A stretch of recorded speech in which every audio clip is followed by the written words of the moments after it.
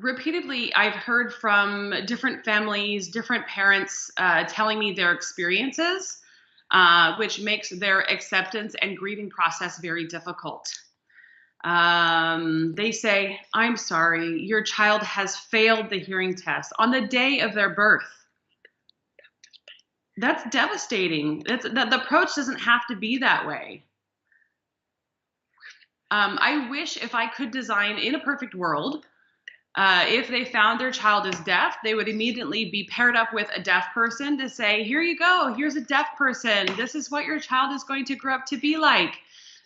Here's a guide into the deaf community, and helps to sort of shorten their grievance process, and say, oh, my baby is going to be just fine.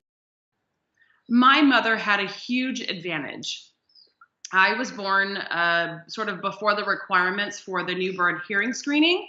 So well before that, my parents, had me. My mom sort of held me in her arms and connected with me, and sort of she knew what made me happy and knew what made me sad by my different quirks and my different emotions. And so for 18 months, we bonded. We have a very strong mother-child bond.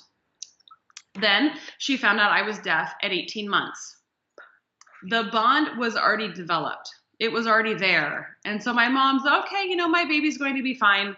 We've already had a chance to bond, and we're still even very close even to this day. And so she wasn't as concerned with how early the parents find out. The grievance process that happens with other parents, it sort of impacts the bonding time during this critical period. So it adds an additional layer of concern about the approach that medical professionals are using. Yeah, it's amazing to see, my friends who are deaf, they know that they, are prepared they potentially could have deaf babies.